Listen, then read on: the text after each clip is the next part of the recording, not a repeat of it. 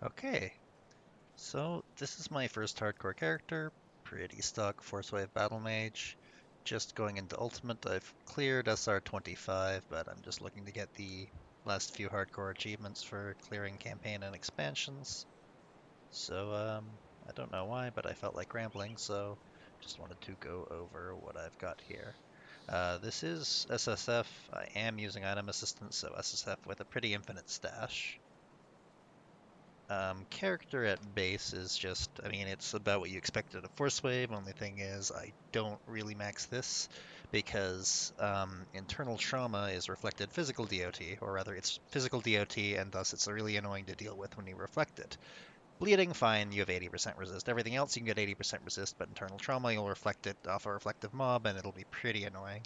I can probably get away with a lot more of that because I have pretty decent health regen, but I'm paranoid. This is my first hardcore character and all that. Other skill points pretty standard. You want Force Wave maxed, as many points of this as you can get because it's a lot of damage. Warcry is, well, I've got a helm, so it's up 100% of the time, so 34% reduced damage is pretty good. This is it's non-stacking Phys Shred, but it's still a lot of it. It's 44. With Assassin's Mark, that's going to be 76. So even though I'm playing a class that doesn't have that much in the way of resist shred, just those two sources cover a fair distance. I've got a lot of stuff in this. Menier's Bulwark is a certain choice. Flat Fizz is pretty good in Force Wave. The main reasons I'm picking it up here are there's the damage absorption, which isn't necessarily that powerful, but is versatile, and you'll see that over in Mavens.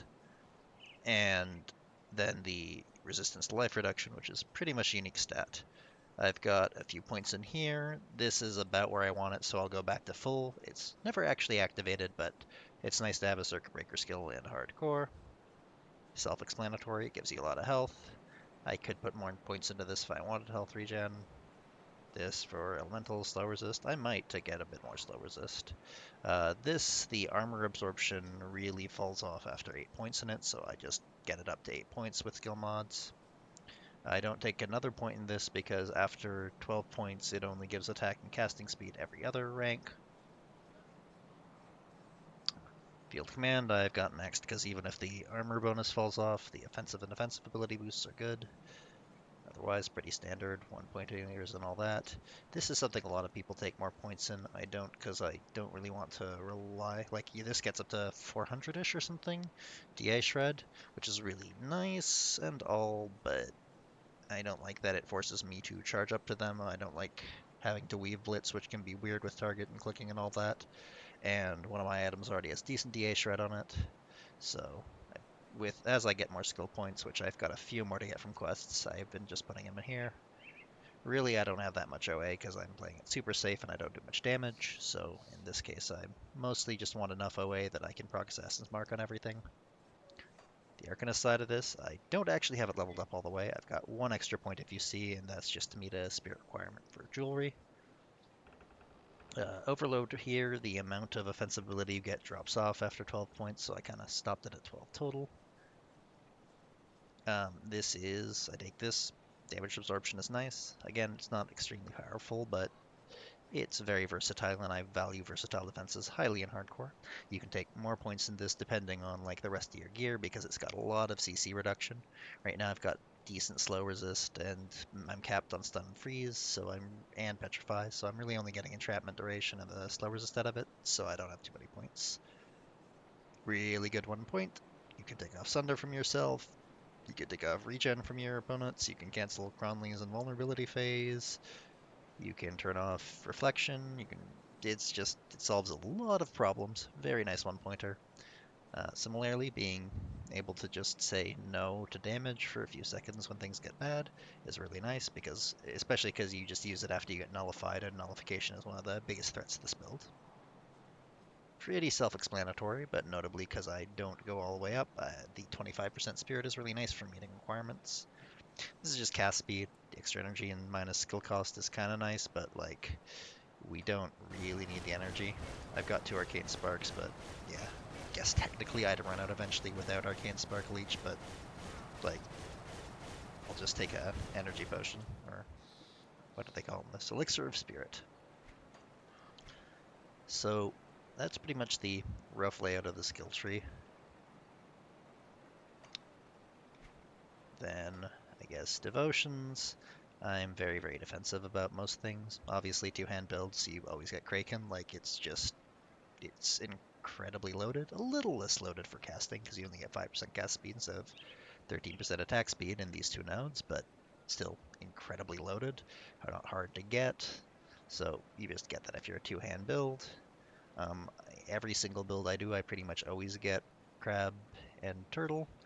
Turtle is a really good circuit breaker. It's you hit half health, it stops over 6,000 damage, and that's a basically just extra health. So yeah, this makes it really, really hard along with this and then I've got actually a bunch of extra healing, so it's like my health value to avoid one-shots is almost double with these.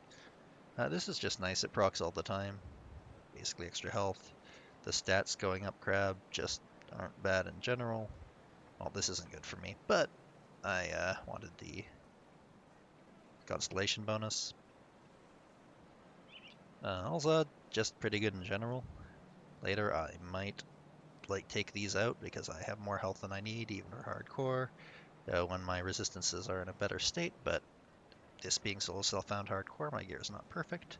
This is a really nice node, buff's nice, pretty self-explanatory. You're going to take this on pretty much any physical build. This alone does more damage than roughly anything. These are like 2 freebie points here. I think I needed to actually cap move speed. What do I have for damage nodes? I have basically Kraken and Bear and Ulzaad. Defensive, oh, this also gives some offensive ability, fills out some constellation requirements, so I could pick this up, which is okay. I just wanted the 3 points in here because this gives you a ton of armor and DA. Like 70 DA, 6% DA, 210 armor, 10% armor. The overall value is kind of absurd. You could go up here even without a shield for the anti-CC, the max pierce, and the absorption, but right now I've only got 2 spare points, so I can't reach that, and shield points are wasted on a two-hand build. Over here, some more blue requirements. In this case, I did invest somewhat in health regeneration, both because they buffed it in 1.2, but also for reasons I will get to when I am detailing some of my defensive layers. And then health regen. I picked up Behemoth here. This is decent flat health regen. This is a lot of health. That's a lot of regeneration and increased healing effects, which works on Life Leech as well. Health armor, tons of health regen. This is just something that sometimes you get hit, you get way more health regen. Long cooldown, so it's not like I'm relying on it, but nice to have around. And then, of course, you've got Bear. Bear just has really nice stats in general. And then I have this bound to Warcry, so I can have it up all the time. It's just armor shred. I'm using unconverted physicals, so it's nice to shred some armor. It also gives some passive life leech and sustain, but I don't really need that. And then gear. So this gear is actually, I'd say it's pretty good. I've done a lot of farming. I've been very paranoid about not going into any scenarios too early. This is just dropped. This is really, really, really nice. Most of the time you'll be using an obsidian war cleaver, which is, you can get that from any, basically if you see some Chthonian big spooky dude with an axe, then he can drop the Forcewave MI for two-hand, and if he's got a axe with a red edge on it, that means he's gonna drop it. This I think I like more in hardcore. 2 to all skills in soldier just gives a lot of 1-point wonders, a lot of force or stats. 2-meter range to force wave is safe. The flat physical amount is not a small amount, and then it's also got 10% physical resist. Its damage is actually very, very, very solid, especially because it's got the flat amount and very high base. And even this defensive res tread, even if blindside outscales it, this is just something that'll basically be up all the time. The phys res is standout. You will get a bit more damage if you have a good like double rare or triple rare MI, but it's hard to go wrong with this. Its base stats are still really good, like look, 27% casting speed. It's got roughly everything you want on it. So I'm using this. I stay with it even if I got a really good obsidian cleaver, just because I am really just trying to stay defensive. This might not be the best MI around. I think this is, yeah, this is the level 84 one, so ideally I want to find a 94 one with similar or better stats at some point. Maybe run Valbury a bit, but this is pretty nice. Base stats and resists on it are good. The skills are really, really nice. Like Overload gives you free OA, Warcry, that's the one of the best debuffs in the game. But you benefit massively in the spec from this MI because you both get the whole little bonus to Warcry where you can keep it up 100% of the time. Really good for both the damage debuff on keeping it up on everything all the time and for keeping your fist shred up all the time. So you get that, and then it turns Iskandros into like this mini squadron tactics. It's just got a huge damage boost. 6% is a lot of OA and DA. So you kind of just make use of everything when you're in Battlemage here for this. It's just really, really, really good. Also, adding actual damage instead of just life reduction to Warcry means that it just breaks things, which is just really funny to me. Like, if you just kind of go out here, wow, there's actually nothing breakable. Um, Typically, you'll be passing by and then random things like that in there will just explode into iron bits. So, funny side effect. There's another item I have that also does this. With that together, Warcry damage is actually, it's not good, but sometimes it auto clears out trash mobs, which is funny. Um, so anyways, where was I? Those guys don't matter, it's fine. So this is the helm, amulet, Forcewave MI amulet. I got pretty lucky with this one. It's good. I don't care about the skill recharge to Forcewave because I'm using the spam Forcewave two-hand, but this is +5 Forcewave. Great for capping it at 26, great for freeing up skill points if you're already there. The properties are good. This is just a very good item. I'm happy with this. I don't think there's much replacing this. This made me kind of angry because I have a second one, and I've been searching for this one on softcore forever. I did not get it on softcore, but I've been searching forever, and then 2-drop in hardcore, where the stash isn't shared. Thanks, Crate. But anyways, this is pretty nice. Physical damage is good. Health is good. Defensive ability is actually not good for me for reasons I will get to in a bit. But like mostly it's good. I've just gone too far. Cast speed, really nice. Elemental resistance, I'm actually a little short in that. And then as you can see, it's got a nice little bit of extra resist tread on it that applies to physical. I've got a bloodied crystal on this one because my vitality resist is sufficient. I question this bloodied crystal in terms of, again, my DA is higher than it needs to be by any metric at this point, but 75 armor to everything is really nice anyways. This, I could probably find a better version of this, but for now it does the job. It's got 3 Dominier's Bulwark, which I really like to have leveled up, and it's got a lot of health regeneration on it. It's got flat health, defensive ability. Basically, like, this is a very modest ring, but all the stats are still pretty good. Dallas is kind of hard to farm, so I've been putting off. Going down left side first. This is nothing amazing, but it's pretty good. It's just nice all around. So, like, it's just what I found for this chest slot. If you find something better, great. But that's what I'm using. It's flat fizz and physical damage good. Health nice, like all the stats are here. This again is just got a lot of stats I like. All the actual damage on it is useless to me, but it's got lifesteal. Percent spirit is useful because I am only getting as much spirit as I need to meet the amulet requirement. And these are resists I need, at least ether and elemental. Freeze duration is overkill, but that's fine. Now, over here, I found the blueprint for these while doing a lot of totem farming. I was hoping to find the blueprint for, I think, Sacred Plating, the one that's got health and armor absorb and vitality and ether resist, so like 2 of my weakest resists, and then health and armor absorb. That's a really good component, but have not found that blueprint. Would also not mind a Serenity blueprint for that relic. I've literally got everything lined up to make it whenever it does drop, but it's not dropping. But I got the blueprint to make these, and these are like pretty much best in slot here. Like the stats are good. The slow resistance is really nice. I do not have capped slow resist. So having that bit of extra slow resist was really nice because previously I had like 20% and boy you feel it. Is it threatening? No, but oh my god. Like some boss puts down a puddle and you're in slow motion. It is miserable. You do no damage.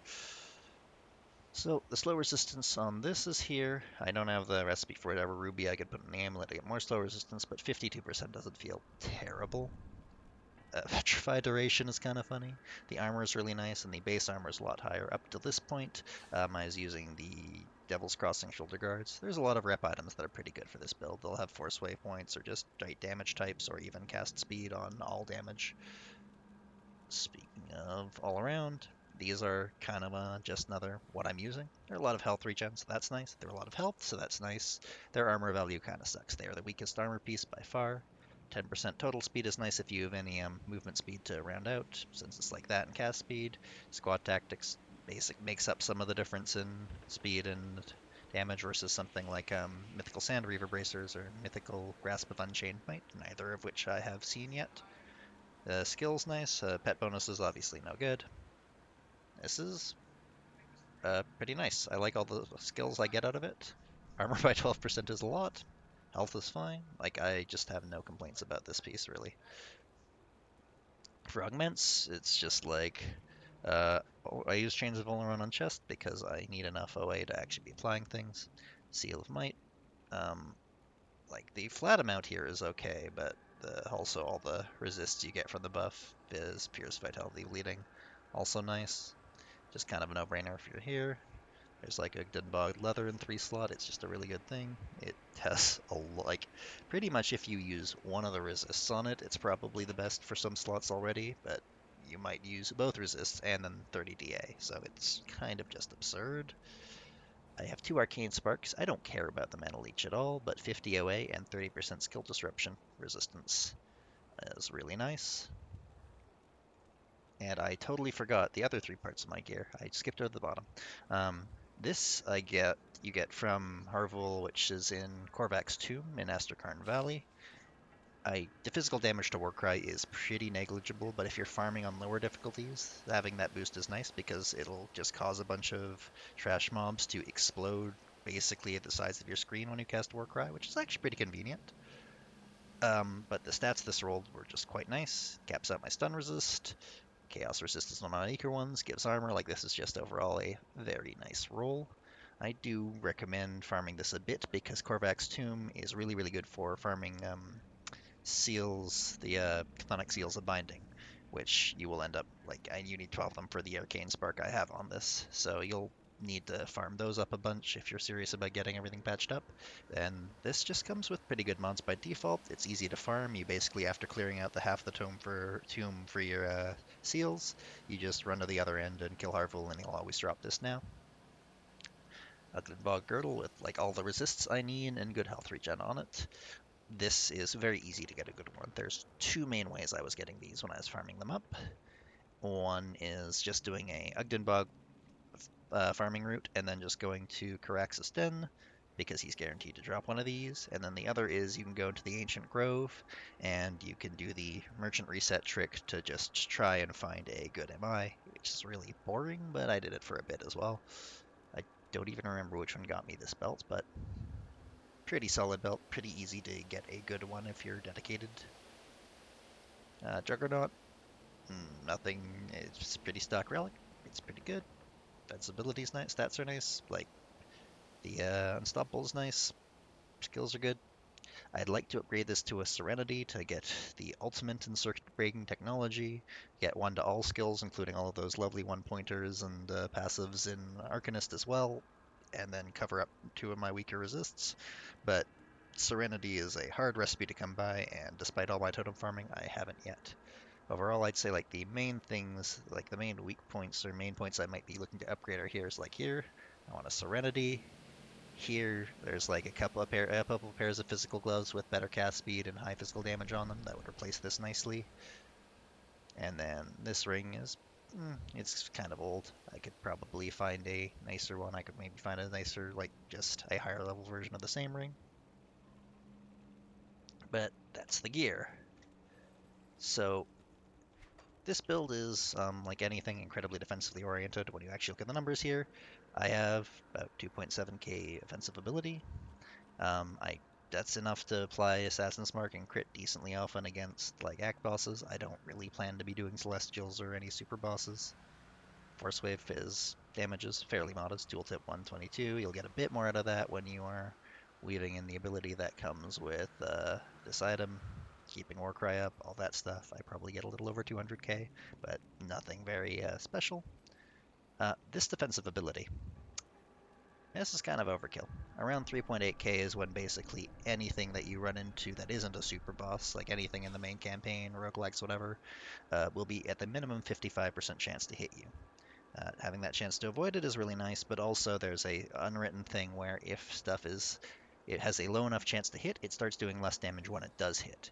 In this case, it would do like beneath 70, you start doing less damage. You do basically your percentage divided by 70.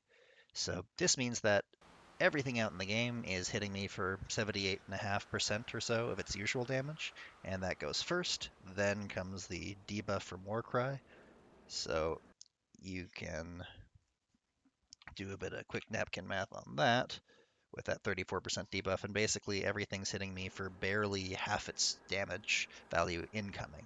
And then that has to go through resists, and in the physical case, it goes through a decent 39 physical resist, and then has to put up with at least 3,000, at least 3,000 less armor, at least the glove armor, but at most a lot more.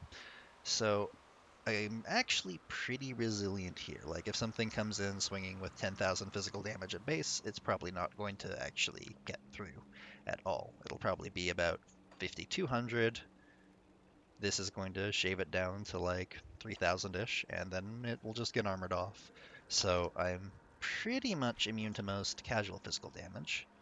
I really didn't want to have to do all this again, so again, the overabundance of caution is a running trend here. My actual CC resists are generally pretty good. I got a bit of weakness to slow. I can be snared for a while, but I'm not too worried about getting stuck in one place. Disruption was pretty bad, but I put 2 Arcane Sparks on, and now it's not so bad. The other defensive layer I have, there's also a bit of Leech, but that's kind of tertiary, but I actually have pretty decent health regeneration.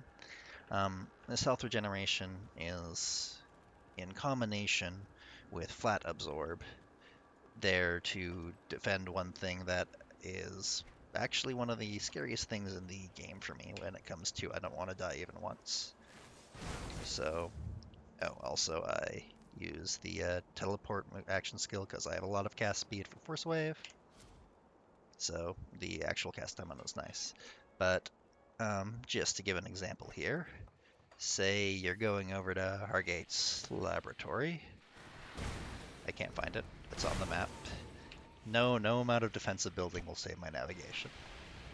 But let's say you go over to Hargate's laboratory, and I've almost died here a lot because, like, you just kind of run around the place. It's a little sketchy. And then, somewhere in the room, there might be some condensation, or it might be a little leaky. It all looks fine, like, it all looks pretty normal, and then, oh no, you start standing in bad stuff, and it starts taking down your health. And sometimes if you just don't notice at all, because let's be real, this stuff here doesn't look like the peak of hazardous material or obvious threat. So what I wanted was, like, my regeneration isn't a dedicated regen build, it's not like 6k or 10k or whatever, but I wanted enough that basically, when I combine it with the percentage absorb on Menhir's Bulwark, Maven's Sphere of Protection, I could stand in this stuff without realizing, making a grave mistake, and, I'll tab out or whatever without realizing, and come back to not having lost my hardcore character before I got all the achievements. So that's what all the health regen is for, and that's a lot of why I like Menhir's Bulwark and Maven's Sphere of Protection. These stack multiplicatively, so it's not quite the 41% that it seems like it should be. I think it's more akin to about 37% absorption. But this encapsulates a lot of why I really like all the points in Menhir's Bulwark. It's got good regen, healing effects increased is pretty big. You don't get resistance to life reduction much in almost anywhere else, and flat absorption is super versatile. Similarly, you've got all of this with the 2 flat absorptions, or not flat percentage absorptions, but absorption just applying to everything. This means that I'm taking like 40% damage from any incoming life reduction attack. or maybe even less. What is this? 42%? Almost that quick napkin math. So about 37% damage from any incoming life reduction. So if something hits me and it has like 50% life reduction, it'll do 18% of my health. And again, what I'm really valuing here is very versatile defensive layers that cover a lot of stuff. I don't care too much about completely face tanking stuff and standing in all of the worst things ever. I care about basically being able to respond slowly and leisurely when I might be under some danger and leave, with the exception to wanting to be able to stand in this because ground telegraphing in this game isn't great. So hopefully this should all go smoothly and I should have my hardcore achievements shortly enough. I have not run into basically anything in this playthrough that has threatened my health bar yet, but again, I haven't really played hardcore before. I'm not actually a great pilot of any of my characters, so a little nervous, but yeah, that's the current state of this battle mage. I still need to do the hidden path to get some skill points there, and hopefully, unlike on normal, I will not forget that Rishelga is optional and do something stupid like fighter. Otherwise, yeah, that's pretty much it. This is just my giant bundle of paranoid defenses that I put together. Pretty standard. It's not that creative. It's just a Forcewave character that refuses to die a lot that I made so I could pick up the achievements on the hardcore side of the game without having to be too stressed about it.